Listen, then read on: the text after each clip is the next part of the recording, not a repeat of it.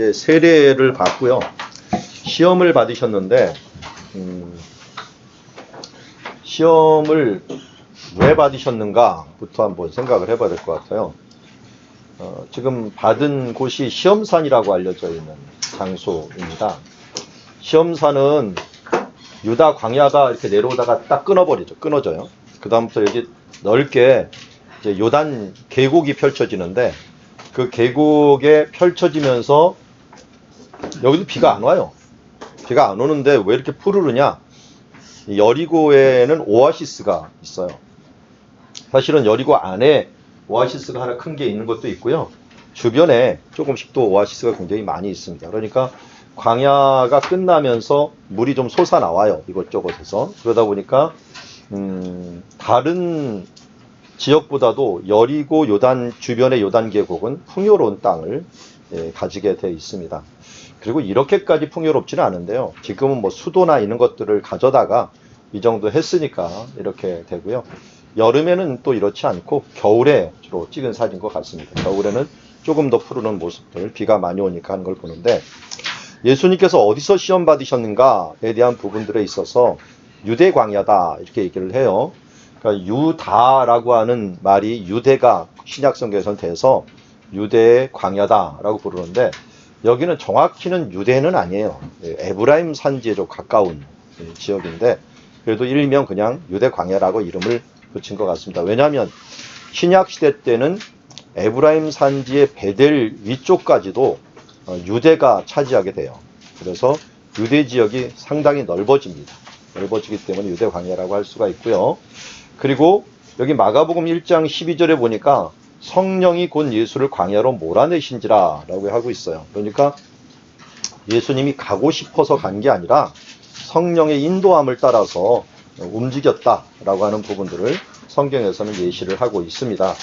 그리고 거기에서 다른 성경하고 틀리게 광야에서 40일을 계시면서 사탄에게 시험을 받으며 들짐승과 함께 계시니 천사들이 수종돌더라 라고 얘기해요. 들짐승들과 함께 계셨다. 여기 가면은 이제 예수님이 기도하셨다는 장소가 있고, 그리고 사탄에게 시험 받을 때 들짐승들이 같이 있었다라고 하는데, 들짐승들이 상당히 많아요. 이곳에. 우리가 없는 것 같지만 생태계가 또 이루어져 있습니다. 그래서 엥게디 스쿨이라고 하는 요 밑으로 내려가다 보면 거기에 짐승들이 어떤 짐승들이 있나 하는 것을 제가 사진을 찍은 건데요. 이런 늑대라든지 하이에나라든지 뭐 정갈 이런 있고요. 표범 같은 것들도 가끔 있기도 하고요. 그리고 이제 늑대, 여우 뭐 이런 과들이 상당히 많이 있습니다. 그렇다는 것은 생태계가 그래도 어느 정도 돼 있다는 것을 우리가 의미하고 있고, 그러다 보니까 이런 데서 혼자 자면은 굉장히 위험합니다. 저도 한번 자다가 뭔가 느낌이 이상하고 딱 눈을 떠봤더니 짐승이 그 가까이까지 왔어요. 그래도 몇십 사람이 같이 샀는데 한 20명 정도 같이 배낭 속에서 자고 있었는데, 그래서 개를 데리고 다니든지 아니면은 확실하게 보호가 돼 있는 곳에 있든지 해갖고 잠을 자야지, 그렇지 않으면 굉장히 위험합니다. 그래서 광야 투어를 하는 사람들, 혹시 야간에 텐트를 쳐야 되는 사람들은 반드시 이 모닥불을 피워놔요. 모닥불을 피워놓고 또 총을 소지를 주로 해요. 그래서 안전요원들이 주로 따라다니게 되죠. 그래서 그렇지 않으면 굉장히 위험한 지역인데, 예수님 그러면 어떻게 했겠는가? 여기 예수님이 있으려면은 조건이 하나가 있는 거예요. 이런 위에서 주무시면 안 돼요. 굴 속에 있어야 돼요. 굴 속에.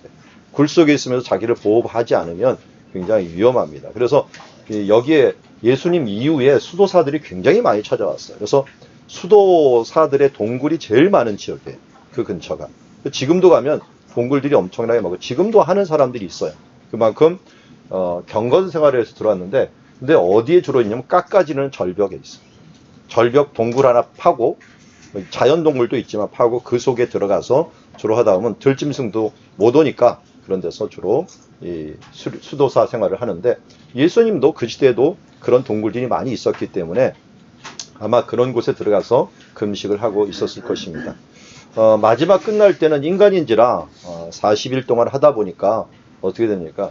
힘드시니까 천사가 와서 수종을 들었다라고 말씀을 하고 있습니다. 자, 그걸 좀 가까이 가보면 이렇습니다. 이렇게 생기는 깎아지는 절벽에 이런 속에 굴들이 있죠. 그리고 이런 데 뭐 들짐승들이 못 오죠. 못 오니까 그런 데서 수도 생활을 하고 있고요. 이 안에 들어가면 이제 이렇게 생긴 예수님이 무릎 꿇고 기도했다라고 하는 알려져 있는 곳에 있게 됩니다. 그래서 성령에 이끌려 갖고 마귀에게 시험을 받으러 광야로 갔어요. 그러니까 목적이 인간으로서는 가장 약해지신 다음에 사탄과 마귀와 함께 대결을 하는 거예요. 그러니까 예수님의 삶을 보면은 우리를 위해 죽으셨다는 것만 자꾸만 생각하는데요. 천국 복음을 전파했다는 것도 중요해요. 예수님께서 이 땅에 오신 것은 크게 두 가지 역할인데 제사장적인 역할하고 선지자적인 역할을 해요. 선지자로서는 하나님의 말씀이 어떤 것이 선명한가 하는 걸 알려주고요.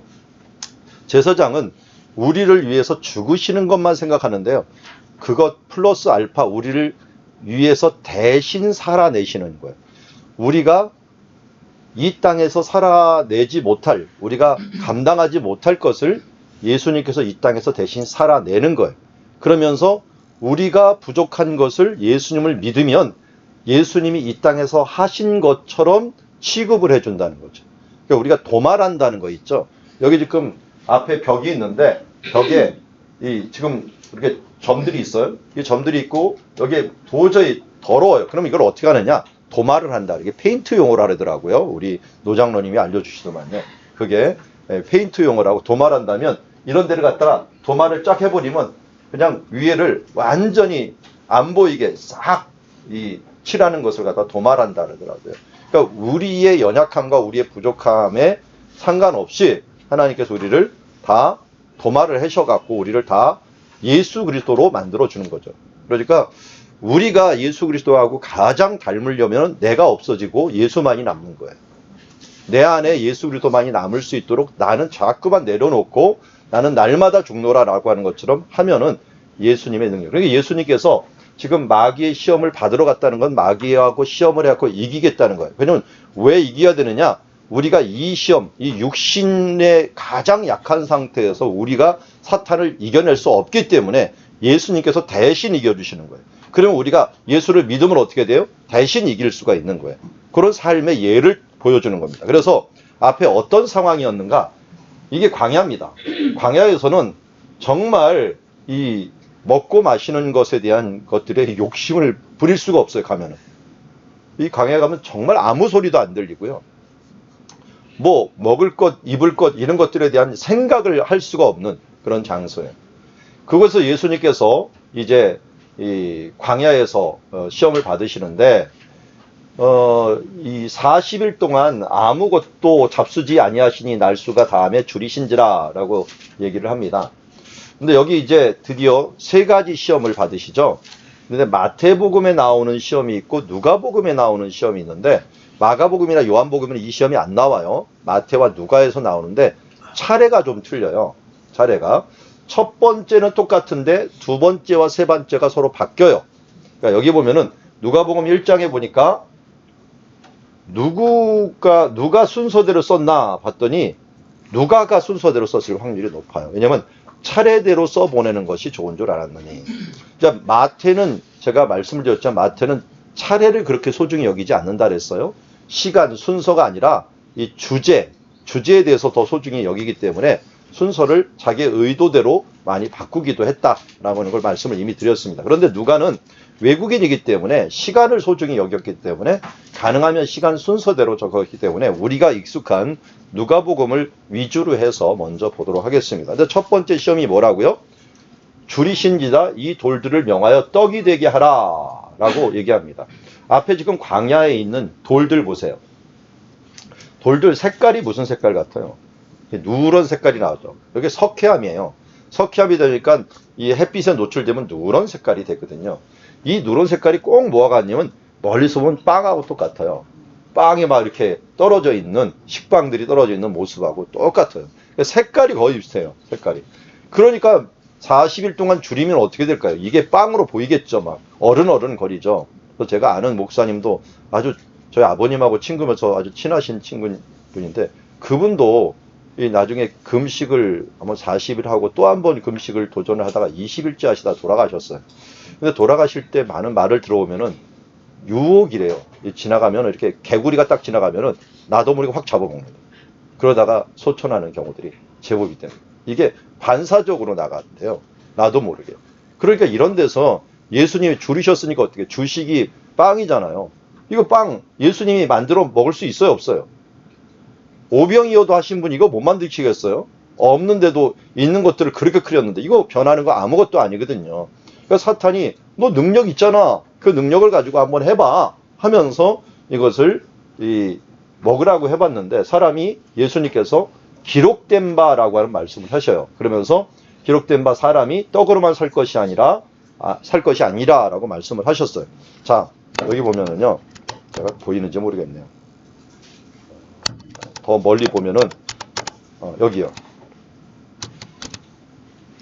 여기가 시험산이고요. 여기 여리고예요, 오른쪽이. 그러면 이 건너편 넓은 평지 있죠.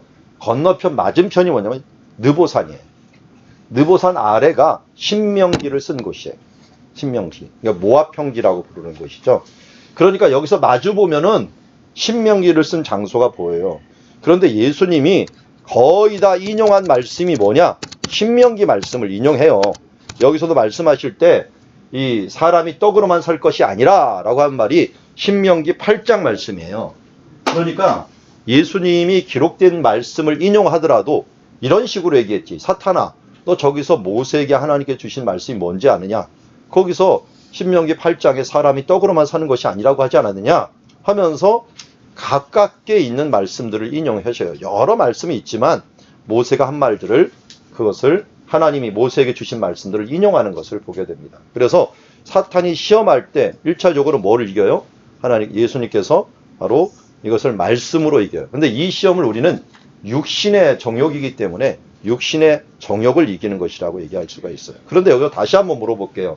이거 떡으로 만들어 먹는 게 죄입니까? 아닙니까? 죄는 아니죠. 만들어 드시면 될 거 아니에요. 이제 금식 다 끝났는데 먹으면 안 되나요? 이게 사탄의 아주 달콤한 유혹이었어요. 이게 뭐냐면 예수님이 지금 첫 번째 일을 시작하시려고 하는데, 당신의 능력을 가지고 무엇을 위해 사용하냐면 너의 유익을 위해서 사용해. 우리가, 하나님께서 우리에게 은사를 주신 이유는 뭐라 그랬어요? 고린도 전서에 보면은 다른 사람의 유익을 위함이다 라고 했는데, 이 은사를 가지고 내 유익을 채운다, 내 명예와 내 창고를 채우는 데 쓴다, 이것을 지금 유혹하는 거예요. 너 전지전능한 하나님의 아들이잖아 하면서, 여기 하나님의 아들이거든, 하나님의 아들 알면서도 내가 하나님의 아들이라면 능력을 한번 발휘해봐. 한번 이걸 떡으로 만들어, 빵으로 만들어서, 떡이 아니라 원래 원어는 빵이라 그랬죠. 빵으로 만들어서 한번 먹어봐. 그러면 되잖아 라고 했는데, 예수님께서는 이것을 말씀으로 거절을 하십니다. 이게 바로 우리가 타락하게 되는 원인 중에 하나가, 하나님이 주신 시간, 물질, 은사, 또 관계, 이 부분들을 가지고 내 유익을 위하여 살려고 할 때 어떤 일이 벌어집니까? 이게 사탄의 그 꼬임이라고 할 수가 있어요. 유혹이라고 할 수가 있어요. 그러면서 교회나 우리 개인이나 사람들이 하나님의 은혜에서 떠나게 되는 예들이 있습니다. 병 고치는 은사를 주거나 또 어떤 하나님의 특별한 능력을 주면은 그것을 하나님께 영광을 돌리는 삶을 살아야 되는데, 내 유익을 위해서 살아가는 그 순간 하나님의 이 능력이 필요가 없게 어떨 때는 사라질 때가 있습니다. 그래서 제 주변에도 제가 들은 바로는 많은 은사를 행하다가 교만해져서 그 은사들이 사라지는 분들을 제법 봤습니다. 정말 하나님 앞에서 우리가 받은 은사들을 소중히 여기고, 우리의 예수님처럼 정말 광야의 삶, 거기서 잊혀지지 않도록 해야 돼요.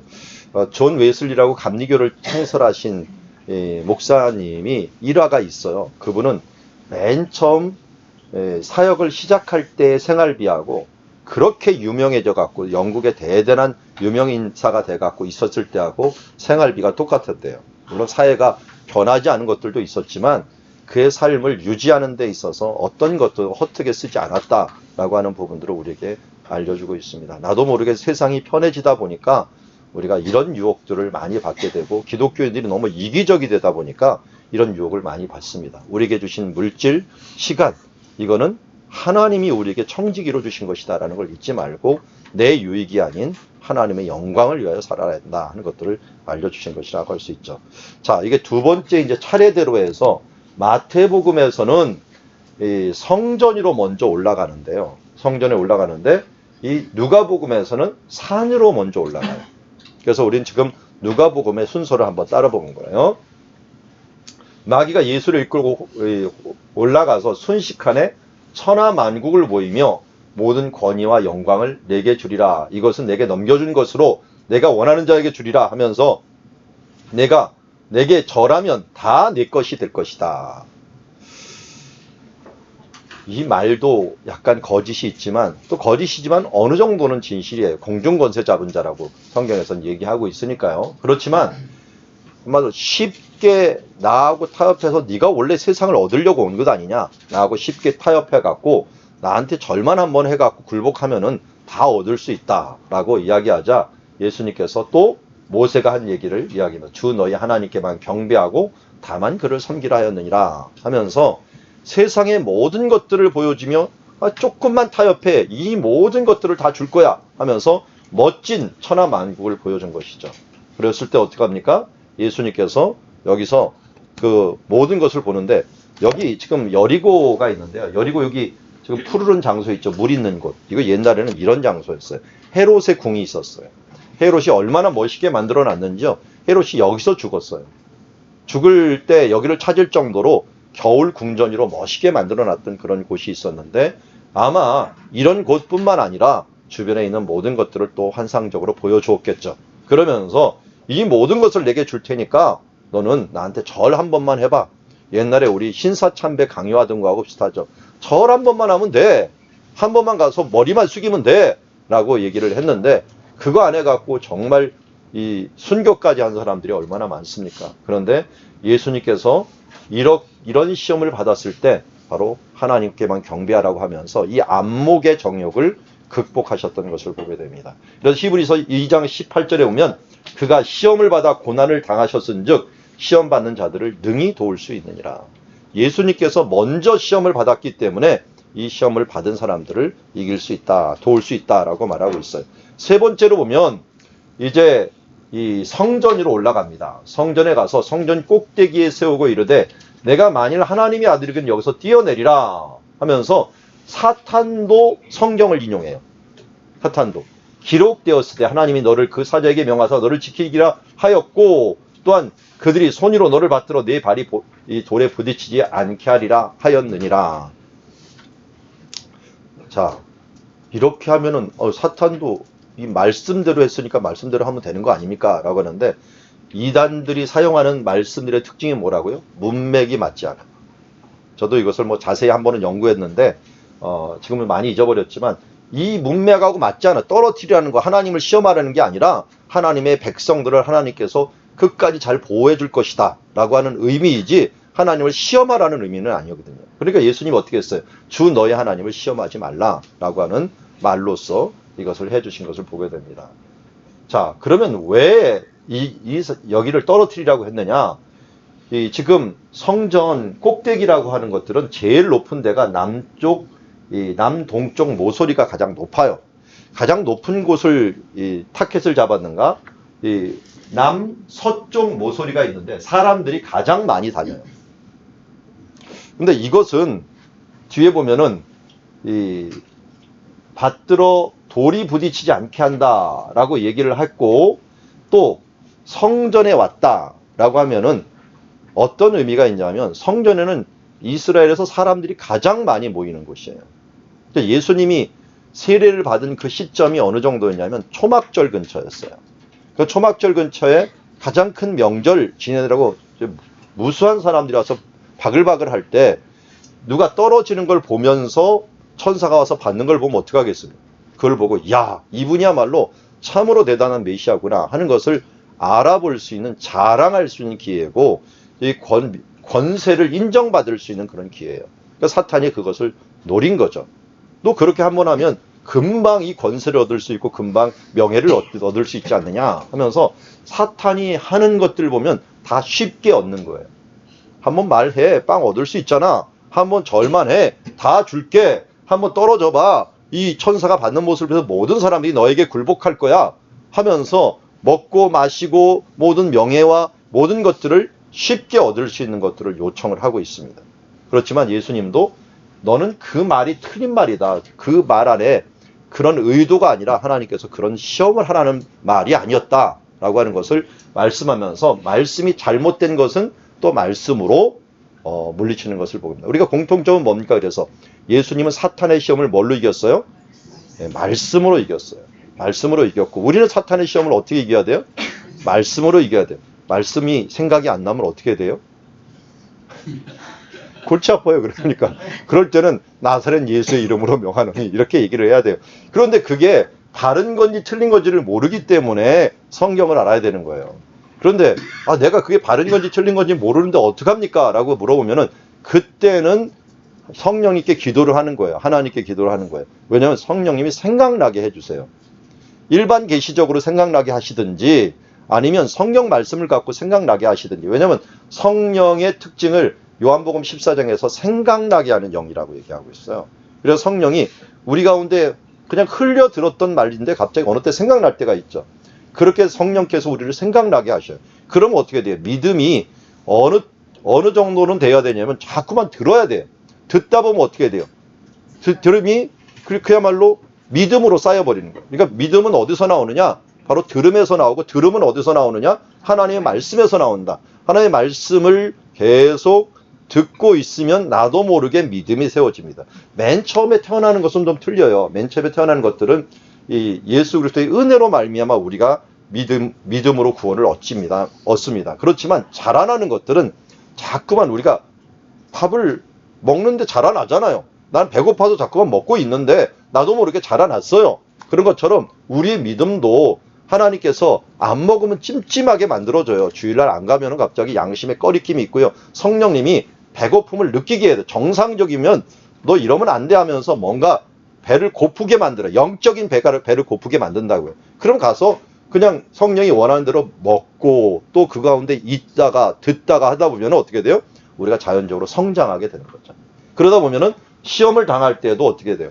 그동안 왜 어른들이 예전에 백발의 노인들이 많은 지혜를 가졌다고 했습니까? 많은 것을 들었기 때문에 그래요. 그래서 여기서 성령이 그것을 생각나게 해갖고 시험을 이기게 만든다는 거죠. 그런데 여기 시험을 정리할 때 세 가지 시험을 어떻게 정리하느냐 할 때 이렇게 정리했죠. 창세기 3장 6절에 보면 하와가 시험을 당할 때 이런 모습으로 시험을 당했어요. 이것을 먹는 날에는 내가 하나님같이 될 거야 라고 이야기를 했더니 어떻게 됩니까? 이걸 보니까 먹음직도 하고 보암직도 하고 지혜롭게 할 만큼 탐스럽기도 한 나무인지라. 일단 마음이 빼앗기면요 사탄이 계속적으로 공격을 합니다. 지금은 이미 마음을 빼앗긴 상태였어요.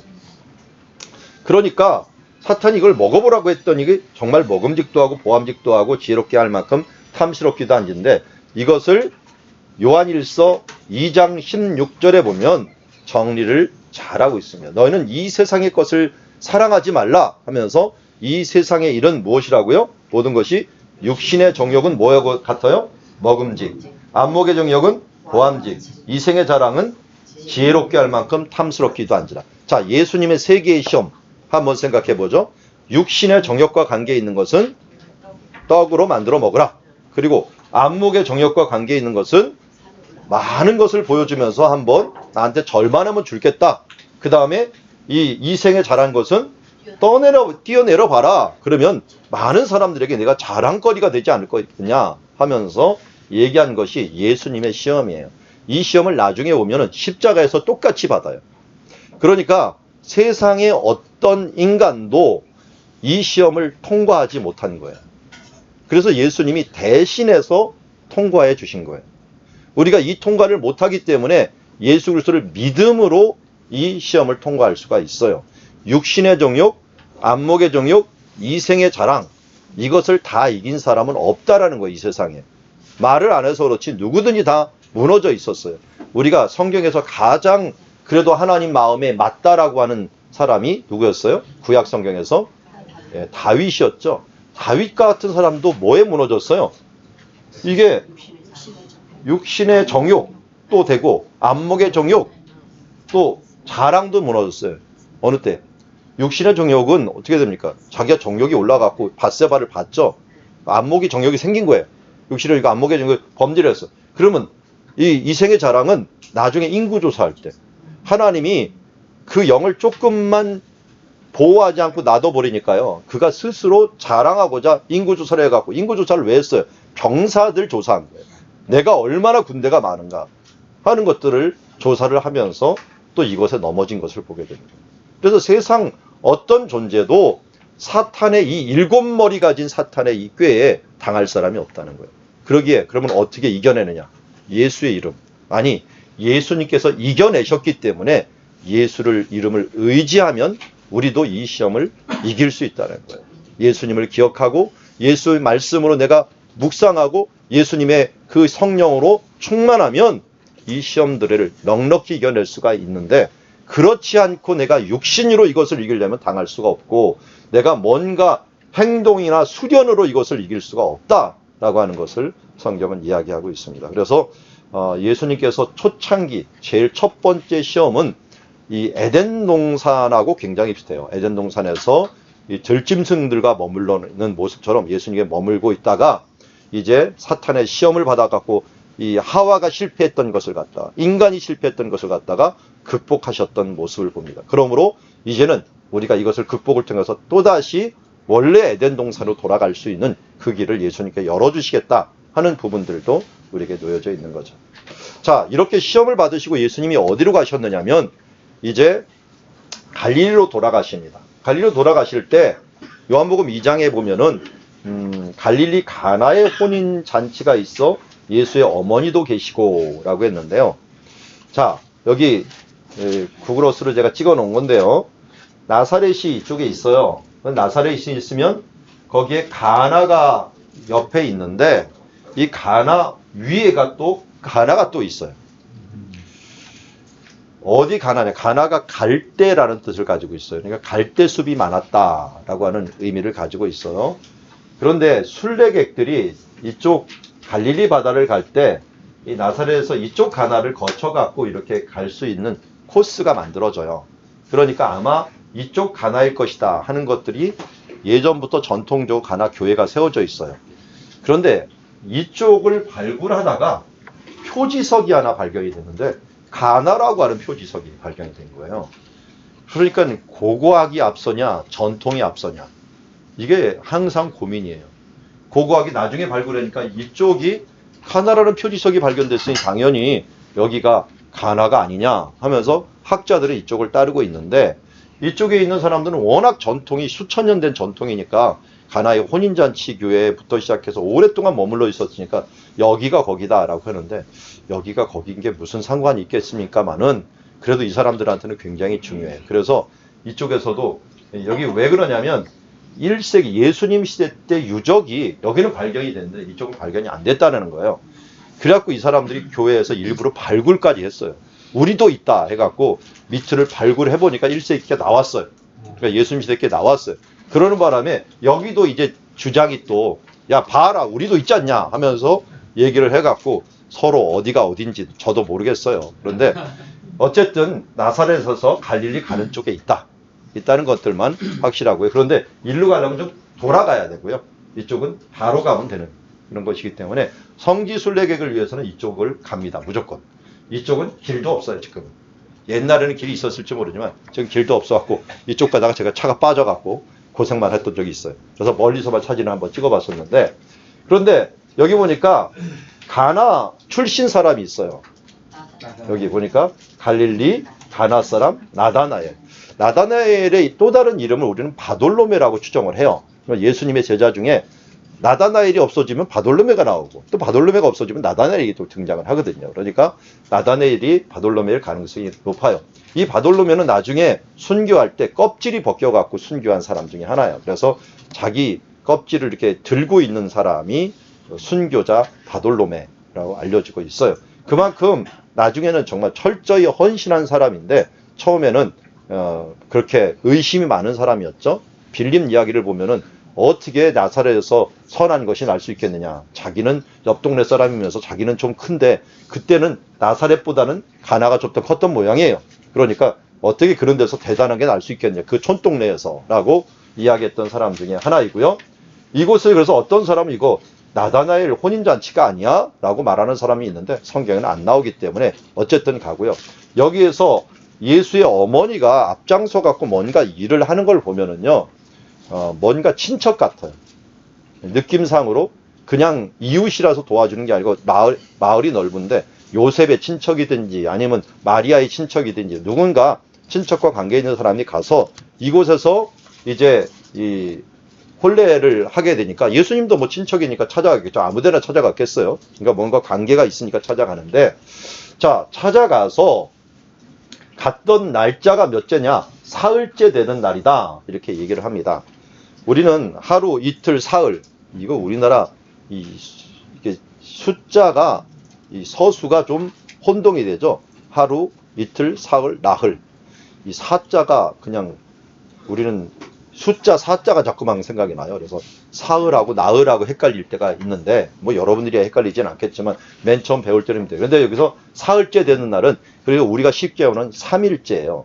또 다른 말로는 셋째 날이죠. 셋째 날. 그래서 이 셋째 날을 학자들에 따라서 많이 갈려요. 이 셋째 날을 예수님이 어떤 일을 하다가 셋째 날이다 라고 하는 거로 생각하는 사람들도 있고 문화적으로 해석할 때는 그냥 무엇으로 해석하냐면 월화수목금토일을 이스라엘에서는 성경 창세기 1장에는 어떻게 해요? 월화수목금토 안 하고 첫째 날, 둘째 날, 셋째 날이죠. 그러니까 이때가 셋째 날로 그냥 번역을 하는 게 더 좋겠다라고 생각하는 사람도 있어요. 그런데 우리나라 번역은 사흘째 되던 날이라고 했다는 것은 셋째 날 화요일로 취급을 안 하고 있어요. 우리 번역은 그냥 예수님이 일하시던 중에 사흘째 되던 날이라는 것이고 문화적으로 좀 해석을 하면은 또 재미난 것이 있기 때문에 지금은 문화적으로 한번 해석을 해 봅시다. 이것을 셋째 날로 해석을 하면 화요일 날로 생각을 하는 거예요. 셋째 날.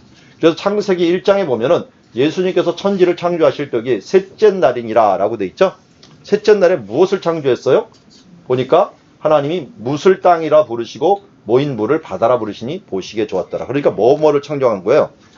물이 있었는데 거기서 땅과 바다를 구분을 하고서 보시기에 좋았더라 라고 말하고 또 땅에 뭐까지 만들었냐면 풀과 각기 종류들 씨 맺는 채소들 씨 가진 열매 맺는 나무들을 만드셨어요. 그러니까 식물을 만드신 거예요.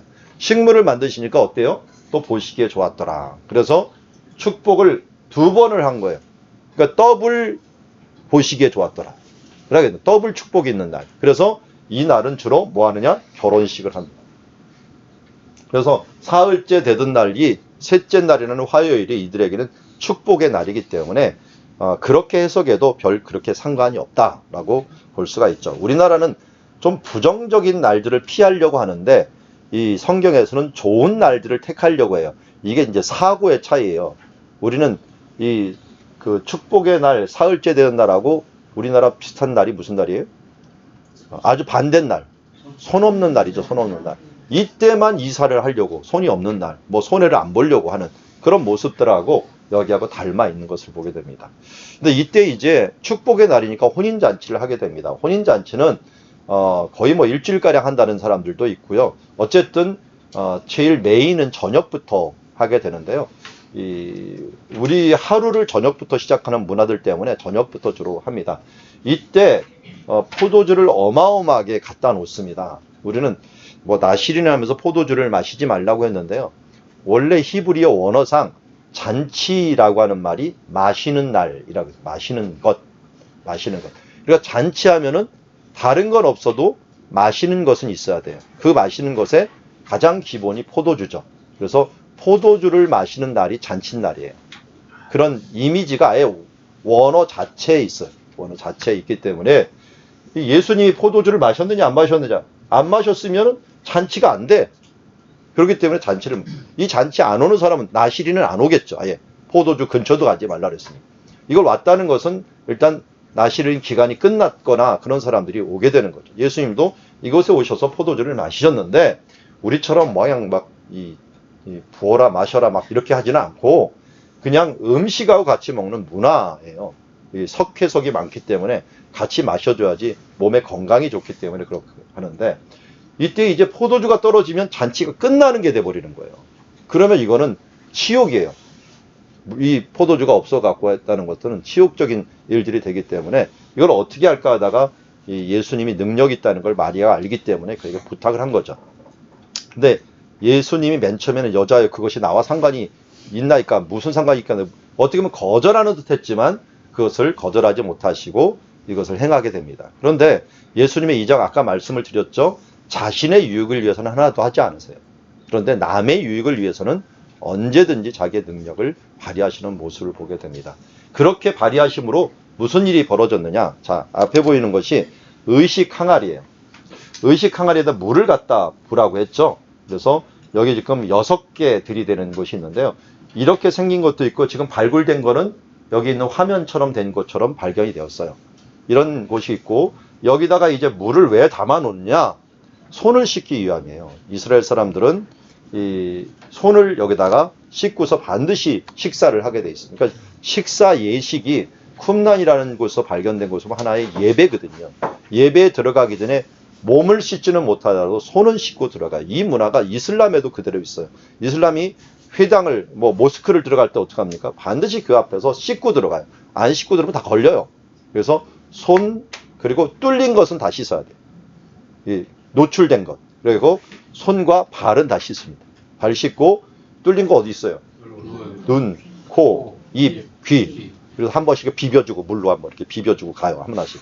그래갖고 고양이 세수하더라고 이렇게 한번 세수를 해갖고 어떻게든지 한번 닦고 간다라고 하는 의미, 정결 예식을 행하게 있는데 옛날에는 더 심했죠. 그래서 흐르는 물을 해야 돼요. 반드시. 이 물은 그냥 물이 아니고 괴물이면 안 됩니다. 샘 근처에서 반드시 떠와야 되고요. 거기서 물이 흘러갖고 또 흘려줍니다. 흘려줘갖고 그걸 닦을 수 있도록 만들어주죠. 나중에 좀 더 자세한 용기를 보겠지만 어쨌든 이런 물을 갖다가 샘물을 떠오기 때문에 지금 물이 변했다는 것은 샘이 변했다. 샘물이 변했다라는 거예요. 이 샘물을 뭐라고 그럽니까? 우리가 아는 대로 아인이라고 부릅니다. 아인. 이 히브리어는 오른쪽에서 왼쪽으로 하고 요 짝대기 같은 것이 모음이에요. 모음. 그러니까 이응이죠. 이응. 이응. 요게 이, 아, 인, 니은입니다. 아인.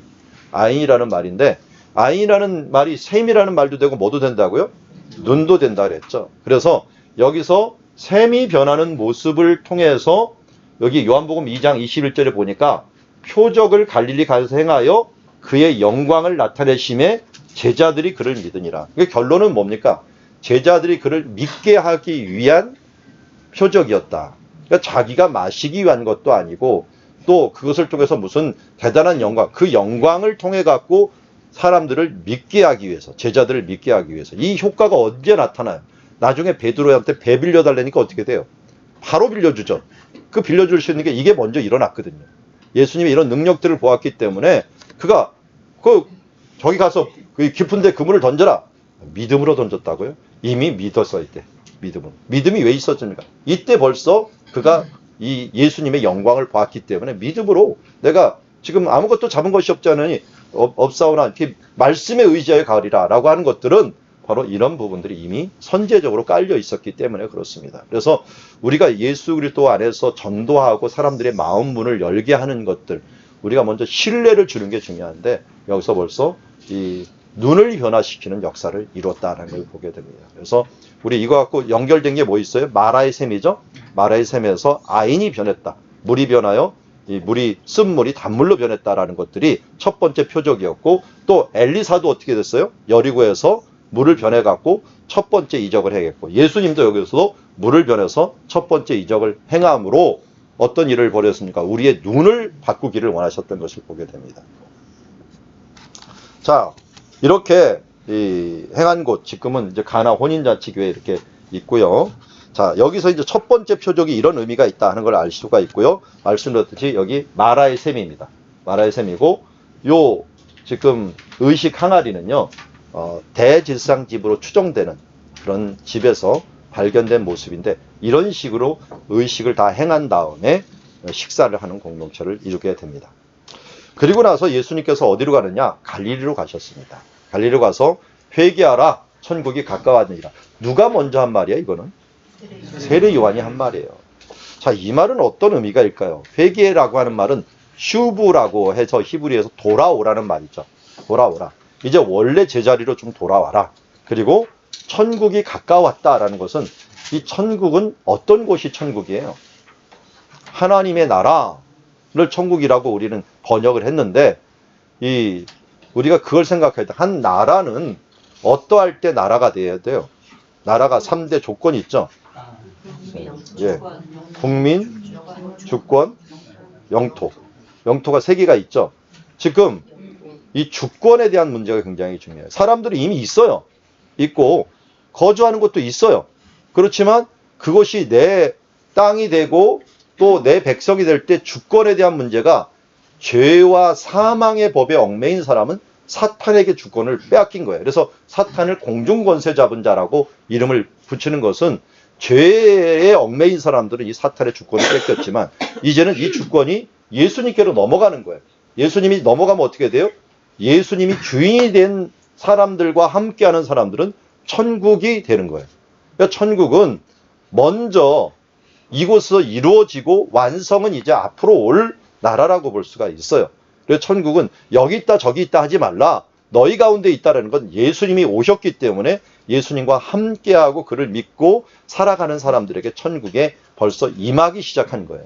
물론 우리 성경의 중요한 교리가 뭐라냐면 이미와 아직이라는 말이라 했죠. 이미와 아직. 이미 왔지만 아직은 아니다라는 거예요. 아직은 아니다. 이런 거예요. 우리가 이미 합격을 했어요. 그럼 아직 근데 입학도 안 했어.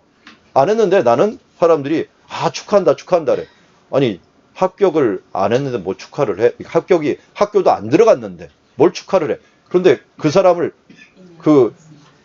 이미 됐는데 안 됐다라고 말하는 사람, 너 그래도 아니잖아 이렇게 말하는 사람이 있어요? 이런 사람은 없을 거예요. 마찬가지 우리도 이미 합격을 했어요. 무엇으로? 믿음으로. 믿음으로 합격을 했으면 큰 시간에 비하면 하나님의 시간이면 이건 너무 짧은 시간이에요. 아직일 뿐이라고 하는 시간이 너무 짧은 시간이에요. 그냥 하나님의 영원의 시간에는 이거는 이 점도 안 되는 시간이고 초도 안 되는 시간이에요. 근데 우리가 지금 많은 학생들이 뭐 수시 합격해갖고 뭐 놀고 있어요. 이제 난 무슨 대학교에 들어갔다 그러고 대학생이 이미 돼버렸어요. 그러면 그 돼버린 그 짧은 시간이 어떤 사람은 굉장히 길고 어떤 사람은 굉장히 짧아요. 그런데 우리에게도 마찬가지예요. 이미 우리는 예수 그리스도 믿는 자는, 영접하는 자, 곧 그 이름을 믿는 자는 하나님의 자녀가 되는 권세를 주셨어요. 근데 아직 하나님의 권세로서 온전히 이루어지지 않았어도 우리가 그 권세를 가지고 살아요. 믿음으로 이미 얻었기 때문에. 그와 마찬가지로 천국이 이미 온 것이다 라고 말할 수가 있는 거죠. 그래서 예수님께서 이렇게 회개하면 빨리 오면은 나와 함께 천국을 이루자 라고 하는 말씀을 하신 것입니다. 그리고 나서 예수님께서 하셨던 사역지를 여기 마태복음 4장에 보면은 이렇게 소개하고 있어요. 자, 볼까요? 나사렛을 떠나 스불론과 납달리 지경 해변에 있는 가버나움에 가서 사시니.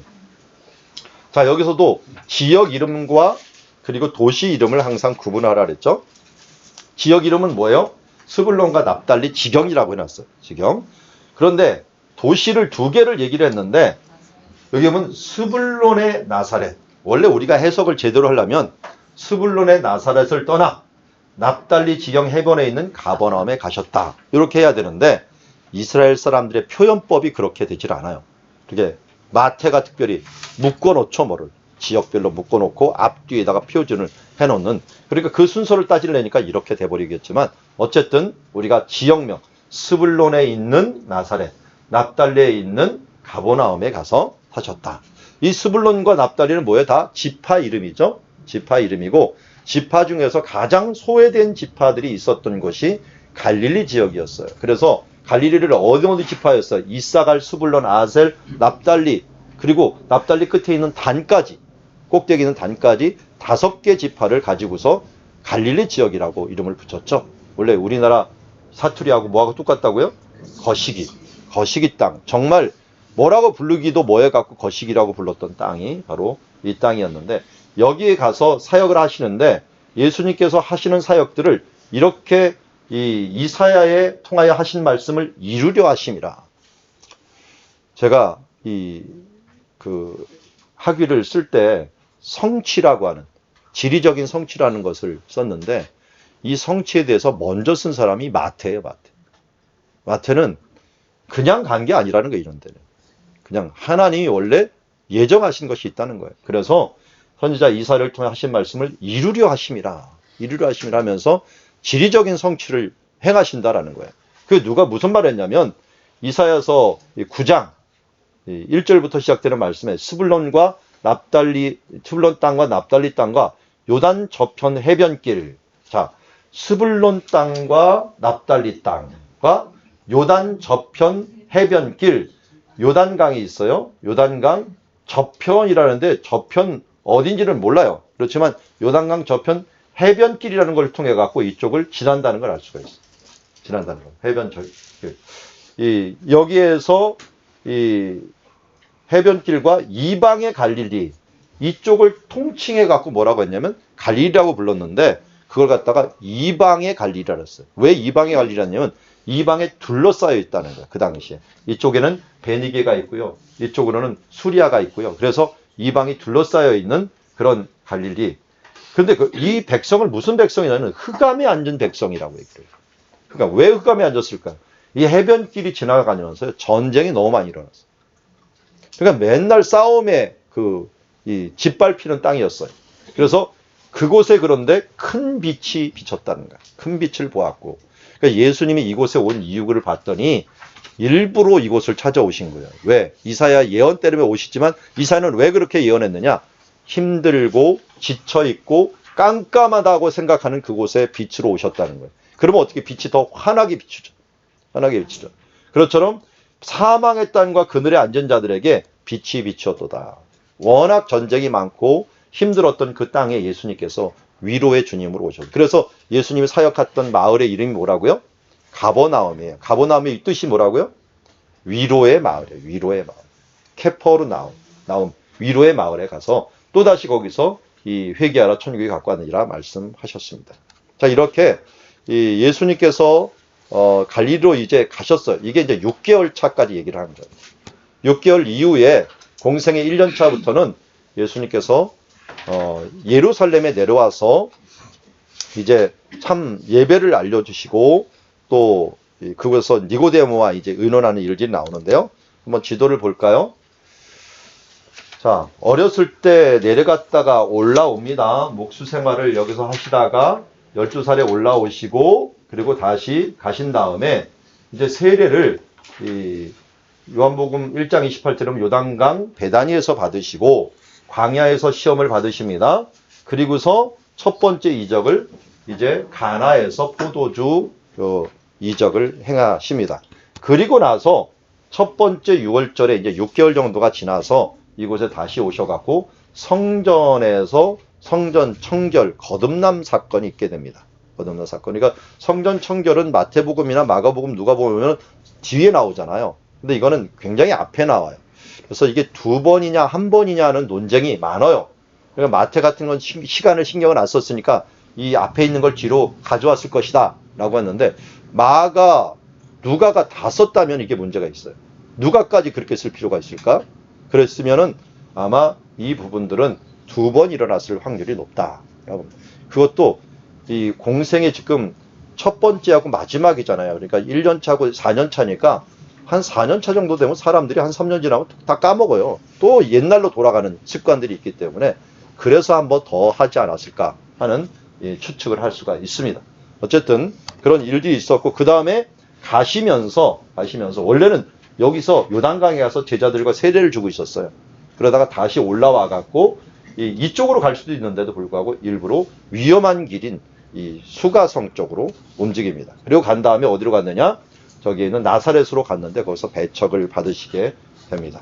그리고 이제 위로 올라가셔 갈릴리에서 네 제자를 택하시고 또 그곳에서 각종 병자를 고치시고 하면서 사역을 하시게 되는데요. 이런 지도 여러분들 135페이지 있으니까 참고를 해 주시고요. 자, 이제는 예루살렘에 올라간 일들 보도록 하겠습니다. 135페이지부터.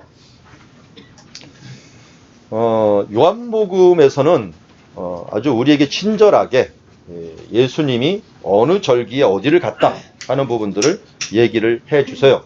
특별히 요한복음 2장 13절에 원래 누가복음에서도 예수님이 6월절 기간에 12살이 되던 6월절 기간에 가셨다 그랬죠. 그러니까 딱 봐도 유대인들은 6월절 기간에는 반드시 올라가는구나. 우리나라로 보면 설날이거든요. 설날 기간은 우리는 가족에게로 가잖아요. 그런데 이 사람들은 성전으로 올라가는 것이 있고 예수님도 이 기간에 예루살렘에 올라가신 것에 대해서 제자들이 어떤 요한이 기억하고 있었고 이 부분들을 기록하고 있는 것을 보게 됩니다. 그래서 6월절 가까운 즈에 예수 예루살렘으로 올라가셨더니 성전 안에서 소와 양과 비둘기 파는 사람들과 돈 바꾸는 사람들이 앉아 있는 것을 보시고, 자, 소와 양과 비둘기는 왜 팔고 있었는가? 먼저 왜 팔고 있었는가? 그거는 원래 하나님의 제물로 드려야 되는 거니까 당연히 이 제물로 드려야 될 때 가져가는 게 정상이에요. 사람들이 끌고 가는 게. 그런데 거리가 멀어지다 보니까 가는 중에 손상이 있거나 그런 일들이 많은 거예요. 그리고 자기 한 몸 가기도 힘드니까 가서 아예 샀습니다. 상인들에게 샀기 때문에 그렇게 많이 했고요. 그리고 여기 소 같은 경우는 아주 부자가 샀고요. 이 양 같은 건 중류층이 샀고요. 비둘기 같은 것은 아주 가난한 사람들이 많이 샀습니다. 예수님이 정결 예식을 가질 때 비둘기를 요셉이 쓴 것을 보면은 예수님에 있는 요셉의 가족이 가난했다라고 하는 걸 우리가 추측을 할 수 있는 게 비둘기 드렸다는 것을 보면서 추측을 할 수가 있습니다. 자, 그런데 돈 바꾸는 사람들은 뭐예요? 이 돈은 반세계를 인구조사 겸 6월절 때 생명의 속전으로 드리게 돼 있어요. 그런데 반세계를 드려야 되는데 왜 반세계를 꼭 드려야 되느냐? 로마 돈을 안 받아요. 사람들이 일반적으로는 로마 돈을 다 쓰고 있는데 성전 돈이 따로 있어요. 왜냐하면 로마 돈에는 황제 그림이 그쳐 있는 거예요. 그러니까 그런 그림이나 그런 형상들을 하나님께 드릴 수 없다. 그래서 하나님 성전이나 하나님 성령과 관계에 있는 문양들이 들어가 있는 그것으로 돈을 바꿔서 드리고 있어요. 그래서 돈에 여러분들 성경 볼 때 그래도 세겔이 히브리어로 은이에요. 은. 그래서 은 몇이라는 말하고 세겔이라는 말하고 똑같은 말이에요. 이거하고 이 데나리온 있죠. 데나리온이나 드라크마나 거의 비슷해요. 드라크마는 지금 헬라 사람들이 드라크마라고 옛날에 불렀고요. 지금 데나리온. 이 데나리온은 하루 품삯이에요. 그러니까 하루 품삯인데 하루 품삯하고 세겔하고 이 은하고는 어느 정도 차이가 나냐면 4대 1이에요. 4대 1.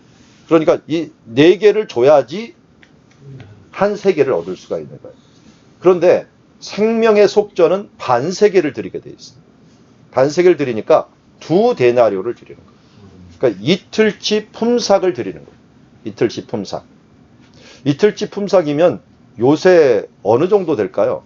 뭐 사람에 따라 틀리지만 그냥 우리가 기본적으로 10만 원씩으로 한번 생각하면 20만 원 정도를 드리는 거예요. 20만 원 정도를 드리는 거고 그게 부자라고 더 내지도 못하고요. 가난한 사람하고 덜 내지도 못해요. 그래서 생명의 값이기 때문에 각 사람의 생명은 모두 다 이것을 내야 되기 때문에 낼 때는 로마 돈으로 면 되고 세겔로 내야 되니까 돈 바꾸는 일들이 굉장히 많아요. 그 중에 어떻게 코미션을 또 먹기도 하겠죠. 조금씩 먹기도 하기 때문에 이런 일들 때문에 돈 바꾸는 사람들이 굉장히 많이 있었다 하는 걸 알 수 있습니다. 그런데 문제는 뭐가 문제였어? 성전 안에서가 문제였죠. 성전 안에서. 여기 표시되어 있죠. 시장이라고 제가 표현되어 있는데 시장이 정확히 어디서부터냐면요. 여기 이방인의 뜰이라고 되어 있잖아요. 이 뒤에 행각 있죠. 행각 뒷부분 아래 벽. 그 벽이 그러니까 서쪽 벽이죠. 서쪽 벽. 서쪽 벽 전체가 시장이었어요. 지금도 그 시장이 나와요. 여기서부터 시장이 시작되고 요 뒤에 이 뒤에 일명 그 벽을 통곡의 벽이라고 불러요. 통곡의 벽이라고 부르는데 그쪽이 발굴을 해보니까 다 시장터예요.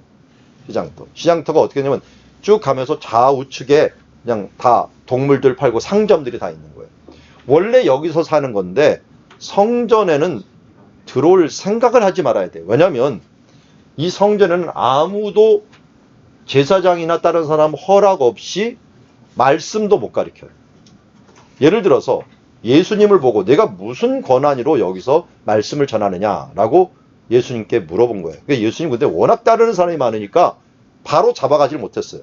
그런데 베드로와 요한은 나중에 사도행전에서 그를 바로 체포해 가요. 왜? 허락 없이 말씀을 전했다라는 거예요. 허락 없이 군중들에게 무엇인가 연설하는 것들도 허락지 않아요. 그런 곳에서 장사를 한다는 건 꿈에도 생각을 못했어요. 그런데 이 사람들이 성전 안에서 지금 이것을 팔고 바꾸는 모습을 보니 왜 그랬을까요? 어떻게 이게 가능했을까요? 1차 제사장이 허락을 해야 돼요. 제사장이 이걸 허락한다는 게 쉬운 걸까요?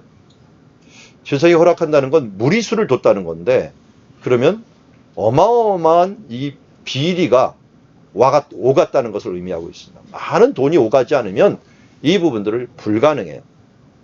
그런데 제사장들도 자기들도 명분이 있어야 될 거 아니에요. 그 명분 중에 하나로 썼던 게 이방인의 뜰이에요. 여기 보면은 이방인의 뜰이 있고 여기 벽이 하나가 있죠. 벽. 요쪽에 또 벽. 이 부분은 이스라엘 사람만 들어가는 곳이에요. 이스라엘 사람들 들어가는 데서는 절대 장사를 못했겠죠. 그렇지만 아마 이방인의 뜰이니까 이거는 뭐 이방인들도 오는 곳이고 아무나 오는 곳이니까 이 허락만 해줘갖고 하자 해갖고 돈을 많이 받고 이 부분들을 행하면서 문제가 됐던 모습을 보게 됩니다. 이걸 예수님은 너무 안 좋게 보신 거죠. 성전 안에서 이것을 행하는 거 보면서 노끈이로 채찍을 만드자 양이나 소를 다 성전으로 내쫓으시고 돈 바꾸는 사람의 돈을 쏟으시며 상을 엎으시고 비둘기 파는 사람에게 이르되 이것을 가지고 가져가 내 아버지 집으로 장사하는 집을 만들지 말라. 예수님께서 첫 번째 예루살렘에 오셔서 한 일이 바로 뭐냐? 정결케 하신 거예요. 그러니까 세례 요한이 예수님의 길을 지금 거룩하게 만드는 세례 의식을 행한 것도 모자라서 성전에 오셔서 예수님은 이것을 행하시며 또 정결하게 만드신 것을 봅니다. 그러니까 예수님이 일하실 수 있는 환경을 만들어주는 것들이 우리가 해야 될 일들이에요. 우리가 앞으로 주님 맞이하기 위해서 해야 될 일이 뭘까요? 예수님이 오실 길을 준비하는 일들이에요. 세례 요한이 하는 일이 우리가 해야 될 일들이거든요.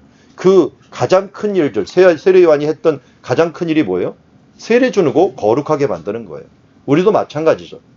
이 세례를 주고서 사람들이 거룩한 하나님의 백성을 만들고 또 우리의 마음을 거룩하게 만드는 것들이 가장 중요합니다. 그래서 하나님 앞에 정말 이 깨끗한 마음으로 하나님을 섬길 수 있도록 우리의 삶을 준비하고 또 다른 사람들에게 도움을 주면서 살아가야 되지, 이렇게 타협하며 살아가면은 뭐가 되는 거예요? 하나님의 집으로 장사하는 집을 만들게 됩니다. 우리 교회 정도의 사이즈는 안 되지만요. 저도 저희 모교회가 있는데 큰 교회 보면은 주변에 있는 장사하는 사람이 다 교회에 나와요. 그러다 보면은 어쨌든 교회가 한 번씩 사주면 큼직큼직하거든요. 그러니까 자기 교인 거 사주지 뭐 다른 거 사줘요. 그래서 이 사주는 것에 대한 법칙을 항상 정해야 되는데 이런 법칙은 좋아요. 여기에서 절대로 교회에 와서는 상거래에 대한 이야기를 하면 안 됩니다. 왜냐면 자기도 모르게 상거래를 할 수가 있는 거예요. 그래서 물론 여기 와서 뭐 도와주는 거, 그런 것들은 괜찮겠지만 그런 부분들을 어떤 이 상점을 걸고 이름을 걸고 이런 것들을 행하는 것들은 자칫 잘못하면 장사하는 집으로 만들 수가 있어요. 그래서 서로 도우려고는 하지만 서로 이용하려고는 하지 말자. 이 원칙을 분명히 해야 돼. 내가 어떤 것을 이용하려고 하지 말고 섬기려고 하라. 섬기다 보면 자연적으로 알아지고 도움을 주는 거지만 서로 이용하려고 하면 가로지다처럼 돼버리고요. 서로 섬기려고 하면 마리아처럼 돼요. 어떻게든지 예수님 앞에 더 좋은 것을 어떻게 드릴 수 있을까? 성도들에게 어떻게 더 좋은 것을 줄 수 있을까 하는 모습으로 되지, 이용하려고 하다 보면은 우리가 가론유다하고 똑같은 삶을 살 수밖에 없다 하는 것을 알 수가 있습니다. 예수님께서는 지금 당신의 사역을 하기 전에 맨 먼저 한 사역이 거룩의 사역이고, 또 여호수아도 뭐예요? 예수님하고 여호수아하고 가장 똑같은 이름을 가진 사람인데 여리고성을 치기 전에 뭐예요? 내 신을 벗으라, 거룩히 하여라 라고 하는 것을 보면서 우리가 하나님 앞에서 먼저 깨끗한 마음을 품고 있을 때 순수한 마음부터 하나님이 일하신다는 걸 알 수가 있습니다. 이 일은 아마 누구에게 굉장히 충격적이었냐면 니고데모라고 하는 랍비에게 굉장히 충격적이었던 것 같아요. 그래서 그가 저녁에 찾아옵니다. 찾아오는데 제가 찍은 여기 사진이 감남산 밑에 있는 곳이에요. 겟세마네에서 이렇게 겟세마네가 있으면 왼쪽으로 한 100m 떨어진 곳에 동굴 하나가 있는데 거기가 가보니까 이렇게 그림을 그려놨다고 예수님께서 이 예수님을 찾아온 니고데모의 굴이다 이렇게 얘기를 해요. 왜 이것이 가능성이 있냐면 예수님은 성 안에서 사시진 않았어요. 6월절이 되면 사람들이요 그 주변에 다 흩어져서 잤어요. 그 천막을 치기도 하고 동굴에 들어가 있기도 하고 하는 일인데 예수님도 아마 밖에 나와서 잤다면은 이런 곳에 조용히 찾아오지 않았을까. 예수님이 어딘지 알고서 찾아오지 않았을까 봅니다. 그러면서 그때 사람마다 다 이 당시에 뿐만 아니라 지금도 말이에요. 영원에 대한 소망이 있어요. 우리는 영적인 동물이기 때문에 그냥 끝난다고 생각하지 않고 뭔가 죽음 이후에 어떤 세계가 있을 것인가에 대한 것이기 때문에 대부분 율법학자건 부자 청년이건 니고데모건 다 물어보는 질문이 뭐예요? 어떻게 하면 영생을 얻겠습니까? 어떻게 하면 죽은 뒤에도 영원한 삶들을 살아가겠습니까? 라고 하는 것을 물어보게 되죠. 그때도 니고데모도 그렇게 좋은 큰 랍비였지만 그 부분들, 이 랍비가 어느 정도 수준인지 아세요? 구약 성경을 다 외워야 돼요. 기본으로. 그리고 주변에 있는 걸 다 해야지 랍비라고 하는 칭호를 받게 되는데 그만큼 머리가 비상하고 다른 사람들에게 존경을 받을 수 있을 정도로 무엇인지 툭 누르면 말씀이 툭툭 튀어나올 정도로 대단한 학문을 한 사람이어야 돼요. 근데 그런 사람이 찾아왔는데 자기도 못 찾겠다라는 거예요. 아는 게 중요한 게 아니라 응용이 안 되는 거예요.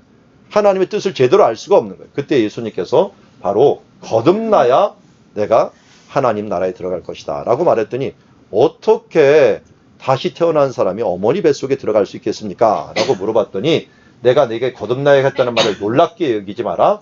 바람이 임의로 불매 내가 그 소리는 들어도 어디서 와서 어디로 가는지 알지 못하나니 성령으로 난 사람도 그러하니라. 이걸 요약하면요. 거꾸로 해서 성령은 바람과 같다. 이렇게 표현을 할 수가 있어요. 그러니까 지금 이때는 아람어로 물론 얘기를 했어요. 뭐 히브리어로도 얘기할 수도 있었고요. 그러니까 아람어하고 히브리어는 사춘지간이기 때문에 거의 비슷한 단어도 저도 아람어도 배웠지만 조금만 신경 써서 들으면 아람어를 알아들을 수가 있고요. 조금만 근데 그 사람들은 잘 못 알아들을 수 있는데요. 외국인이 볼 때 아랍어도 굉장히 방언이 많거든요. 근데 자기네들도 조금만 신경 쓰면 어느 정도 알아듣는데요. 그런데 여기서도 마찬가지 아람어하고 이 히브리어하고는 굉장히 비슷한 있기 때문에 거의 용어가 단어가 비슷한 게 굉장히 많습니다. 조금만 변화시키는 걸 알면은.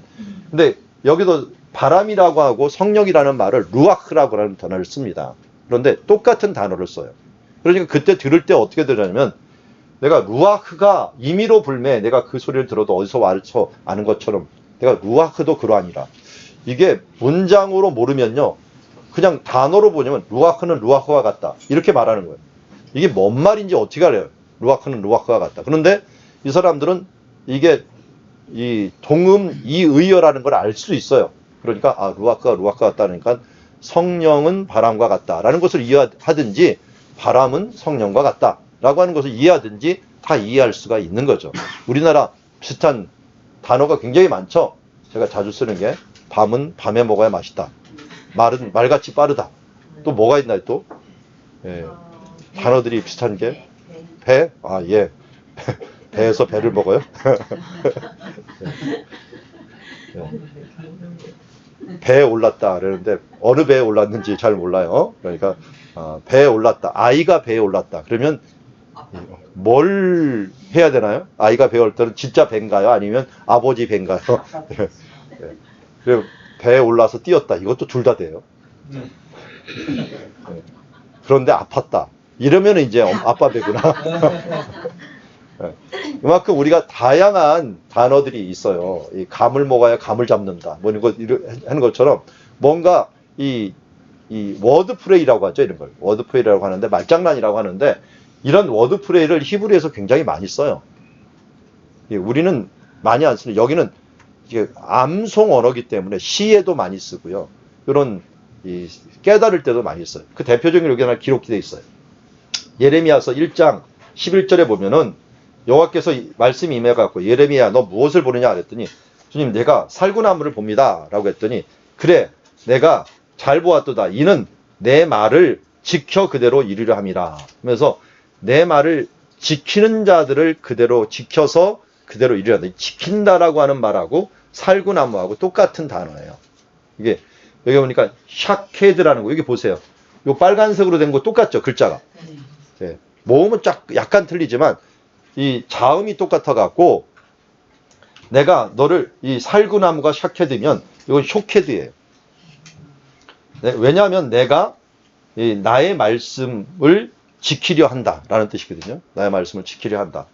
그러니까 살구나무가 이렇게 보는데 살구나무가 나 보는데요. 그랬더니 그래 내가 너를 지켜본다. 이 말하고 우리는 도저히 감이 안 오죠.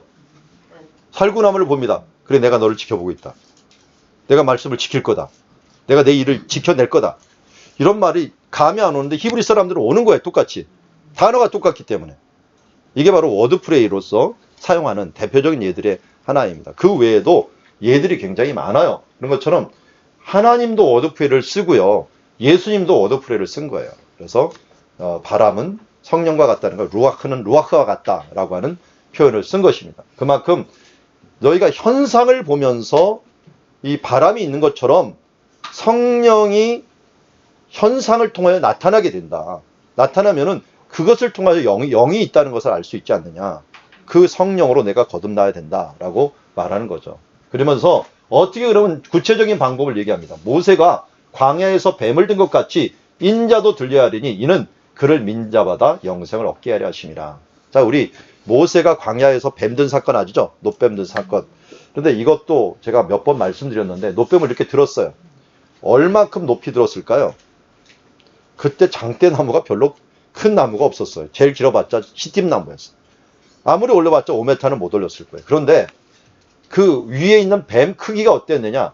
물린 뱀 크기를 만들었을 거 아니에요. 그 크기가 12cm밖에 안 돼요. 그러면 이렇게 올리면 나무떼기, 그 나무떼기인지 아니면 뱀인지 알지도 못해요. 근데 사람은 얼마나 넓게 살았느냐면 반나절 넓이로 살았어요. 그러니까 텐트잖아요. 텐트 주변에 세우니까 반나절이면 거의 4시간, 5시간은 가야지 끝이 나오는 그런 공동체. 60만이 사니까 어마어마하게 넓잖아요. 그런데 그 가운데 뭐 있다는데 거길 가려면 서너 시간을 걸어갖고 그걸 봐야지 멀리서 본다고 보이는 게 아니에요. 대체 어딨어 하면은 근데 지금 사람들은 어떻게 뱀에 물렸어요. 아파서 죽어가는데 그걸 언제 가고 있어요. 그러면 한 가지 방법밖에 없어요. 옆에서 도와줘야 돼요. 우리 중풍병자 친구 메고 가듯이 이 한 명을 4명이 메고서 그곳을 가야 되니까 한 사람의 믿음만 요구하는 게 아니라 주변 사람들의 믿음을 같이 요구하는 거예요. 최소한 5사람의 믿음이 있거나 아니면 최소한 3사람이죠. 앞에 여기서 뒤에서 이렇게 가지고 가야 되니까. 그런 믿음이 있어야 되고 그것도 몇이에요. 한 서너 시간을 갈 정도의 분명한 믿음이 있어야 돼요. 그래서 예수님이 이상하게 기적을 행할 때도 행위를 요구할 때가 많아요. 예를 들어서 맹인이 눈을 뜨게 할 때도 어떻게 실로암까지 가서 가라 했잖아요. 거기가 400m 이상이 떨어져 있어요. 그거 맹인이 떠듬거리면서 계단을 내려가야 되는 곳이에요. 예수님이 또한 오병이어 기적 때 어떻게 돼요? 제자들을 보고 다 나눠주라는데 그거 나눠주는 게 5,000명에 나눠주는 게 어마어마하게 또 많은 수고가 들어가는 거예요. 우리가 그냥 하늘에서 뚝 떨어지듯이 믿음이 오는 게 아니고 믿었으면 믿음은 행동과 함께 하게 되죠. 그러니까 그들이 믿었기 때문에 거기서 멀리서도 이걸 보러 오는 거예요. 그런데 뱀을 보고 싶겠어요? 여러분 트라우마라는 게 뭡니까? 한번 어렸을 때 쥐한테 물린 사람은 쥐가 엄청나게 무서울 거예요. 저도 한번 무서울 뻔했어요. 쥐를 잡아갖고 했는데 이놈이 확 물려고 하잖아요. 물려고 하는 말에 탁 떨어뜨려갖고 그냥 발로 그다음부터 몇 번 밟아가고 이제는 안 잡아요 꼬리를. 그래갖고 발로 그냥 차버려 버리는데 이 한 번 물렸거나 아니면 어디서 뭐 물속에 한번 내가 떨어졌다거나 이 강아지한테 물렸다거나 이러면 이게 트라우마가 되잖아요. 근데 여기 뱀한테 물렸어요. 뱀 보러 간대. 그러면 어때요? 보러 가고 싶겠어요? 그런데도 하나님이 그렇게 얘기하니까 뱀은 뱀으로 치료된다. 뱀은 뱀독은 뱀독으로 치료한다 그랬죠. 이 예수님도 그렇고요. 이게 직면하도록 만들어요, 우리를. 예전의 것들을 직면해갖고 극복하도록 만들어요. 베드로는 특별히 모닥불한테 직면하도록 했죠. 그리고 내가 나를 사랑하느냐 해갖고 모닥불을 일부러 피우고 계셨던 거예요. 왜? 그곳에서 너 3번 나를 부인했지? 모닥불 앞에서 다시 직면하고 이걸 해결을 해 하면서 우리가 직면하도록 만들어버리는 거예요. 여기도 뱀을 왜 쳐다봐요? 너 물렸잖아.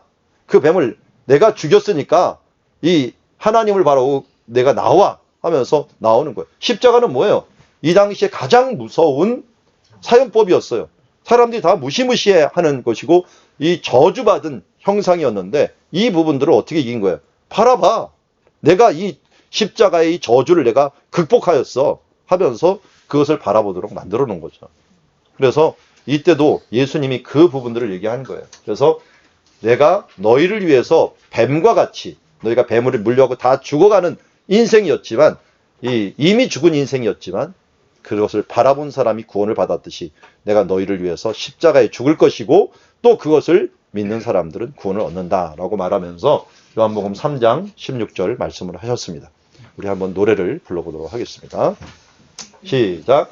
하나님이 세상을 이처럼 사랑하사 독생자를 주셨으니 누구든지 예수 믿으면 멸망하지 않고 영생을 얻으리로다.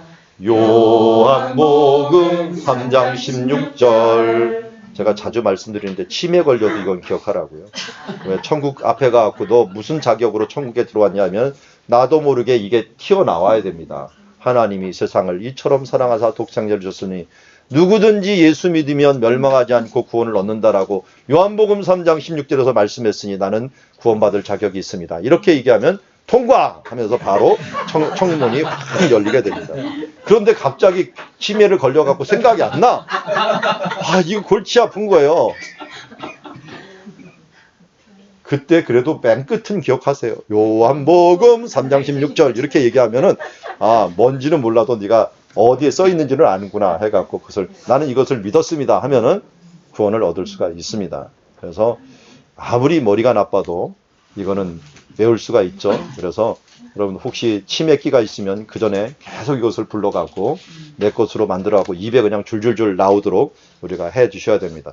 이게 성경의 이 엑기스죠. 엑기스. 복음의 하나의 가장 중요한 부분이라고 할 수가 있습니다. 그래서 독생자를 주심으로 믿는 자마다 영생을 얻는다라고 하는 이 말씀의 근거에서 니고데모도, 그럼 니고데모 이때 믿었을까요? 안 믿었을까요?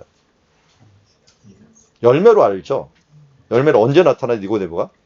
요한복음 끝에 보면은 예수님이 죽으셨을 때 다른 사람들, 제자들은 다 도망갔는데 니고데모가 등장을 해요. 그래갖고 이 침향 섞인 기름을 가지고 와갖고 예수님의, 그래서 이건 왜 중요하냐면요. 예수님의 이게 염을 해주고 닦아주고 하는 것들은 유월절을 파기하는 거나 마찬가지예요. 자기가 이 시체에 손을 대면 유월절 못 지내요. 그리고 사람들이 누가 뒤처리를 했는지 알면은 다 손가락질하고 또 공회에서 왕따를 당할 수 있는데도 불구하고 그때부터 정확하게 자기를 드러내는 모습을 보게 됩니다. 심지어 제자들은 도망갔는데 숨겨져 있었던 니고데모가 드러나는 것을 보면은 그가 이때 회개에 합당한 열매를 맺었다 하는 것을 알 수가 있습니다. 자, 그리고 예수님이 이제 사마리아를 지역을 가는데요. 자, 사마리아 여인이라고도 하고 우물가 여인이라고도 하고 수가성 여인이라고도 하고 여러 가지 여인으로 부르죠. 그것은 이 지역이 사마리아 지역이고요. 그 다음에 수가라고 하는 성이 있는데 여기에 세겜을 수가성이라고도 이름을 부르기 때문에 그렇습니다. 그리고 우물가에서 만났기 때문에 우물가 여인이라고 부르는데요. 예수님이 요한복음 4장 4절에 보면은 사마리아를 통과하여야 하겠는지라 라고 얘기를 합니다.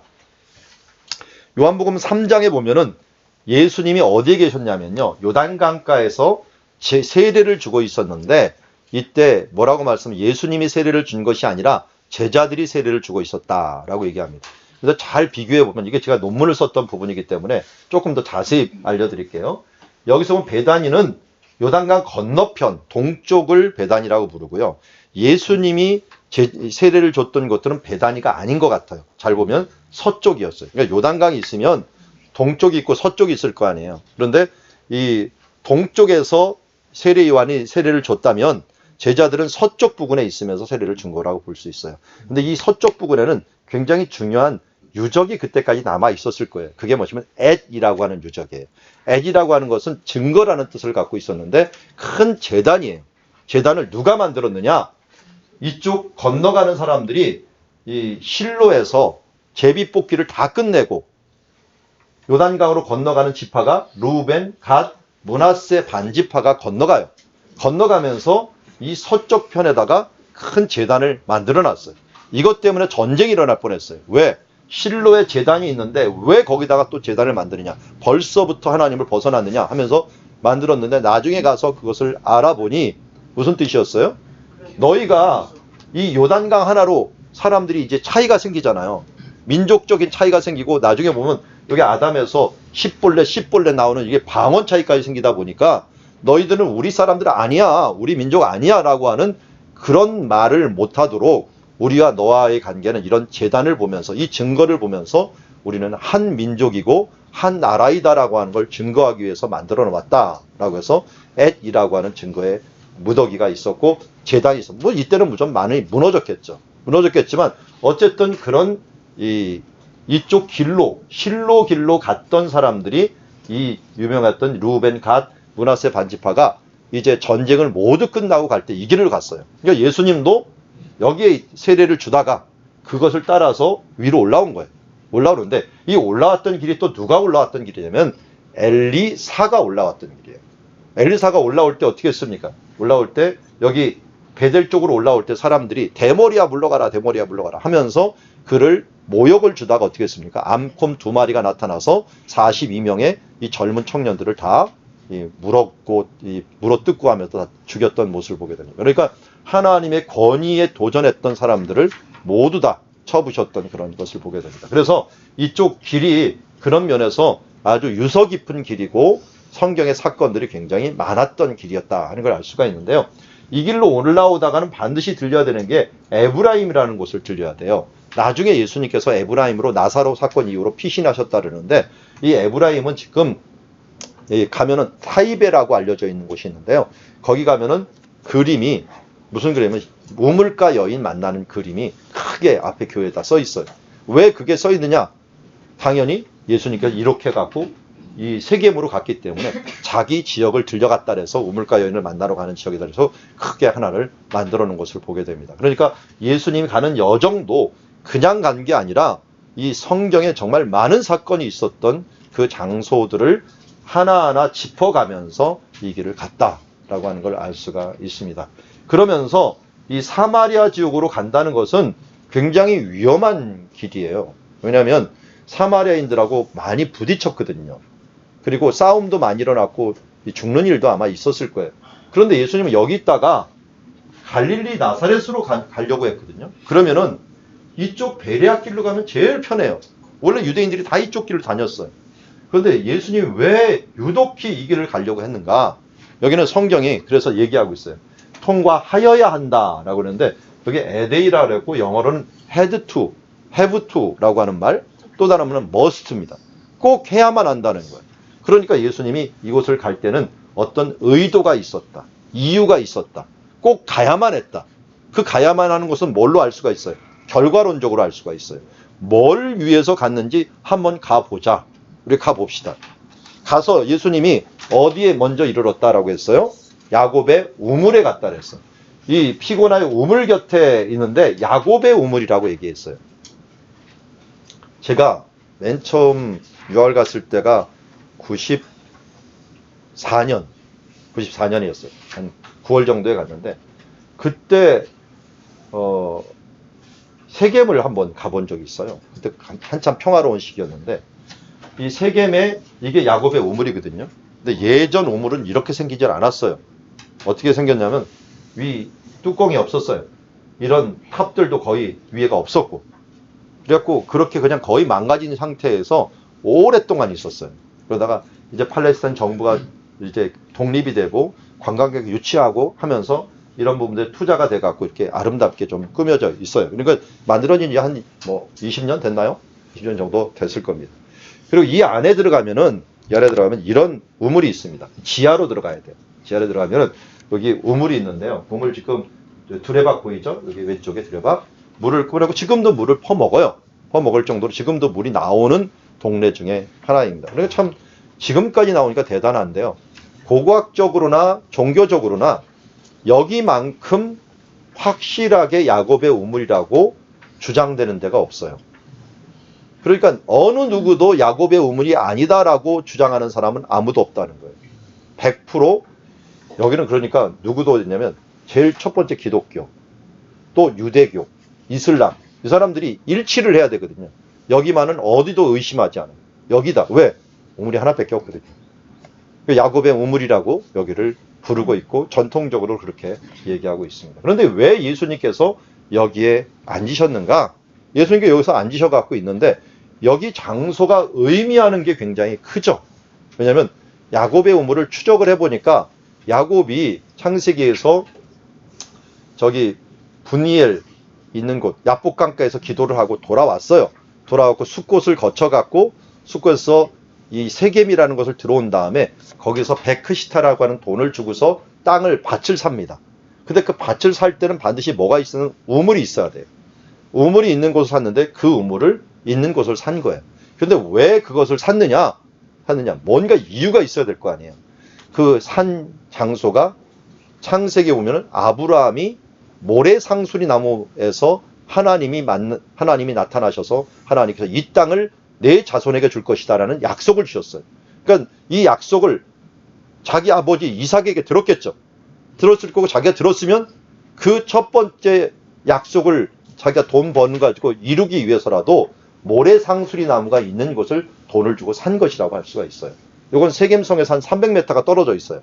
근데 그것을 사갖고 거기에서 자기도 제단을 쌓아서 무슨 제단이라고 부릅니까? 이것을 엘로의 이스라엘이라고 하는 이름을 가지고서 여기다 제단을 쌓으면서 하나님, 이스라엘의 하나님, 나에게 이스라엘이라고 불러주셨으니까 이스라엘 하나님이라고 이름을 부르면서 제단을 쌓았던 곳이 바로 야곱의 우물이죠. 우물 옆에다가 쌓았겠죠. 그러면서 아브라함의 전통, 야곱의 전통이 있는 곳에 예수님이 오셔갖고 앉으신 거예요.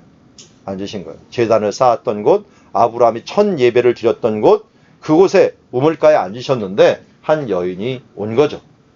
그러니까 예수님이 아무 데나 온 게 아니라 역사적으로 굉장히 큰 의미가 있는 곳에 오셨어요.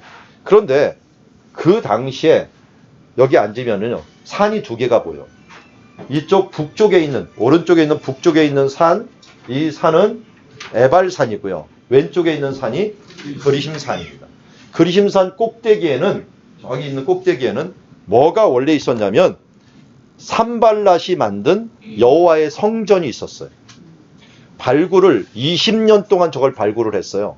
이 마겐이라고 하는 사람이 발굴을 했는데 파고 하다가 한 2000년대 초반까지는요. 여기에 사마리아 성전이 있었다는 거 말하지만 사실은 근거는 없다.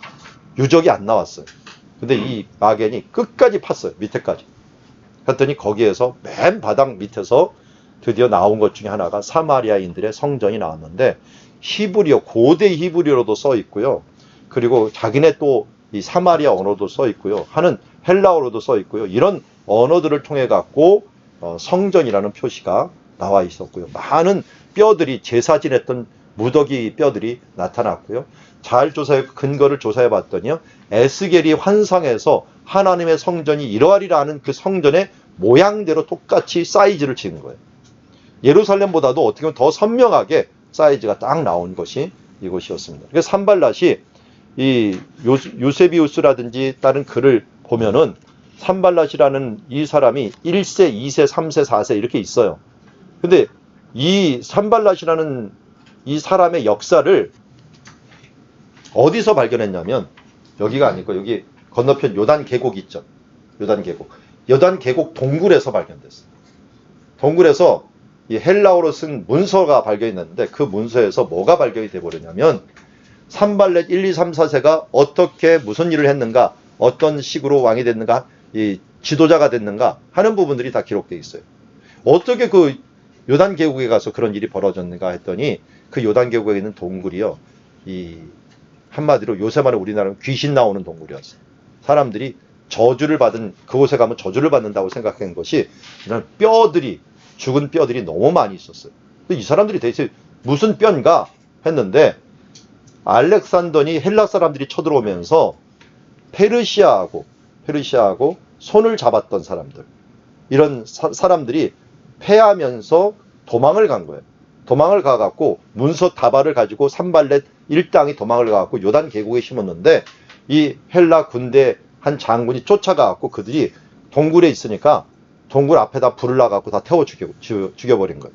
그리고 그 안에서 다 질식사했고 죽으면서 그들이 가져온 문서나 죽은 것들이 같이 거기서 다 이 요단 계곡에서 그냥 방치가 된 거였어요. 그 부분에서 나중에 그래서 사람들이 막 뼈가 많고 그러니까 무서워서 안 들어갔는데, 이제 고고학자들이 들어가고 보니까 이 문서들이 발견되고 거기서 산발랏 사람들이 나오는데 그들이 성전을 짓는 것이라는데, 이런 부분들이 서로 연관이 되면서 산발랏이 이곳에 성전을 지었구나 하는 것들을 알 수가 있었던 거죠. 근데 그들이 이것을 지을 때요, 그냥 지은 게 아니에요. 제사장은 그럼 자기네끼리 했을까요? 아니에요. 저기 예루살렘에서 데리고 왔어요. 누구를 데리고 왔느냐? 제사장끼리도 막 싸우잖아요. 싸우다 보면 밀려나는 사람이 있을 거 아니에요. 밀려나는 사람을 초빙을 하는 거예요. 초빙하고 자기네 제사장을 해달라. 그러면 여기 와서 자기는 또 제사장을 하니까 이 사람은 또 유대식으로 성경식으로 또 잘해요. 그러니까 성경식의 것도 같이 남아있는 거예요. 그 의식이. 그러면서도 또 주도권은 또 산발렛이 갖고 있으니까 또 타협도 하게 되고요. 이렇게 변질이 되고 두 개의 성전이 생겨오니까, 이것 때문에 열받은 사람이, 유대인들이 열받으니까 독립을 할 때 어떻게 했습니까? 요한 힐카르스라는 사람이 가서 제일 먼저 한 것이 사마리아에 가고 이 성전을 부셔버리는 거예요. 우리하고 똑같은 성전이 있다라는 거죠. 그런 것들을 부셔버리면서 거기에 있는 제사장들을 또 몰아내버리고 하면서 이 자기 것을 만들고, 이 산발렛이 느헤미야 시대 때 얼마나 큰 영향력을 미쳤는가 성경에 나오죠. 이 사람이 여기 있는 제사장하고도 사위가 사위가 아니죠. 아내를 주고 해갖고 사위가 되었어. 이 제사장이 산발락하고 사위가 되는 일들이 발생하는, 이런 일들을 통해 보면은 이런 여러 가지 것들이 합쳐갖고 이 그리심산에 있었던 거예요. 그래서 이 요한 힐카누스가 주전 130년경 그때의 30년대 이곳에 올라가고 이걸 다 부셔버린 거예요. 그때는 헬라 왕국이 무너질 때고 자기네가 이제 드디어 정권을 잡을 때 했던 것 중에 하나가 가서 무너뜨리는 일이었어요. 그때 한 130년 전에 무너졌던 것이 예수님이 오셨을 때 주후 한 30년경, 27년경 됐죠. 그러니까 그때까지 100년까지는 이게 무너진 상태로 있었던 거예요. 그러니까 이 사람들은 계속 감정이 안 좋은 거예요. 유대인들, 너희가 우리 성전을 무너뜨렸잖아. 다행히 유대인들이 통치하는 나라가 아니라 이제 로마가 통치하는 나라가 됐거든요. 로마 총독이 통치하니까 그래도 유대인들은 못 오게 만들었던 그런 시기예요. 거기다가 예수님이 딱 왔는데 이 예수님을 딱 알아본 거예요. 어떻게 알아봤을까요? 유대인 표시가 나잖아. 이거 옷술 같은 게 있으니까 유대인이 왜 나한테 물을 달라고 합니까? 하면서 신경질적인 반응을 일으킨 것도 관계가 너무 안 좋았기 때문에, 자기네들 원수라고 여겼기 때문에 그 원수가 와서 무슨 말을 한들 말에 들리겠습니까? 그러면서 얘기한 거예요. 우리 조상들은 이 산에서 예배했다. 원래는 너희들이 다 부셔놓았던 이 산. 그렇지만 당신들은 예배할 곳이 예루살렘에 있다 하더이다 하면서 이 여인이, 예수님이 막 자기의 허점을 알려주잖아요. 5명의 내가 남편이 있다라고 하면서 이렇게 알려주니까 이 허점 때문에 딱 들으면 당신은 선지자입니다 라고 말했더니, 그러면서 선지자면 내가 궁금한 걸 해결해 줄 수 있을 것 같다. 나는 어디서 대체 예배를 해야 되느냐? 왜 예배를 해야 될까요? 이 여인은 자기가 예배만이 자기의 문제를, 하나님을 만나는 것이 해결될 유일한 길이라는 걸 최소한 이거는 알고 있었어요. 하나님을 만나서 내 인생에 이렇게 된 모든 부분들에서 하나님이 어떻게든 해결을 해줄 것을 기대하고 있었기 때문에. 그런데 대체 어디 가야 되는지 그러는데 예수님이 어떻게 했어요? 이곳에도 말고 예루살렘에 가지 말라. 그리고 예배하는 자에게 가장 중요한 게 뭔지 아느냐? 사실은 예배가 여기서 시작이 된 거거든요. 아브라함의 첫 예배가 시작이 됐는데, 아브라함의 첫 예배를 받고 야곱의 첫 예배를 받고 또 그리심산과 에발산 사이에서 여호수아가 드려졌던 첫 예배를 받았던 그 이유는 바로 그들이 영과 진리로 예배했기 때문이라는 거예요. 내적으로는 뭐예요? 영으로. 그리고 내가 이제 예배는 한마디로 대화요, 교제요, 호흡이라고 얘기잖아요. 그래서 우리 호흡에는 뭐가 있습니까? 들숨, 날숨이 있죠. 이것처럼 여기에서도 예배가 어떻게 됐냐면 예배는 먼저 영이 있어, 영. 영이 우리의 영을 하나님께 드리는 거예요. 드리는 게 이제 날숨이라고 할 수가 있어요. 들숨은 어떻게 돼요? 하나님의 말씀을 나한테 놓는 그런 시간이 또 들숨이 되는 거죠. 그러니까 하나님께 내 영을 다하고 하나님을 찬양하고 또 하나님이 주신 말씀을 내가 들여 마시고 하는 게 어떻게 보면 예배의 큰 흐름이에요. 그래서 예배는 두 가지 요소로밖에 안 돼 있어요, 사실은. 하나님께 드리는 것, 하나님께 받는 것. 그래서 시간상으로 대부분 이게 중립이 돼 있습니다. 내가 드리는 시간 반, 받는 시간 반, 이렇게 주로 돼 있어요. 여러분 보면은 설교 시간하고 우리가 예식을 행하는 시간이 거의 반반일 거예요. 나도 모르게 그렇게 돼요. 왜냐면 들숨 날숨이 호흡이 맞아야 되는 거니까요. 하나님과의 교제가 되는 거니까. 그러니까 예배는 다른 것이 아니라 이게 영과 진리로 예배한다라고 하는 것은 내 것들을 하나님께 드리고 또 하나님께서 내게 주시고 하면서 함께 호흡하면서 드리는 예배로 내가 드리면은 그것으로 내가 받는 예배가 된다. 어디서 드리는 게 중요한 것이 아니고 먼저 이것부터 해라. 물론 어디서 드리는 것도 중요해요. 성경을 보면은 장소가 굉장히, 예수님 괜히 여기 오셨어요? 그런 예배가 있었던 곳이니까 오셨죠. 그러나 그것보다 우선해야 될 것들은 하나님과 호흡하는, 하나님과 대화하는 그런 관계가 되어야 된다 하는 것을 여기서 말씀을 해주셨던 거죠. 그래서 제단이 있었던 곳에 말씀을 하시고 그 다음에 예수님께서 이제 갈릴리로 가시게 된 것을 보게 됩니다.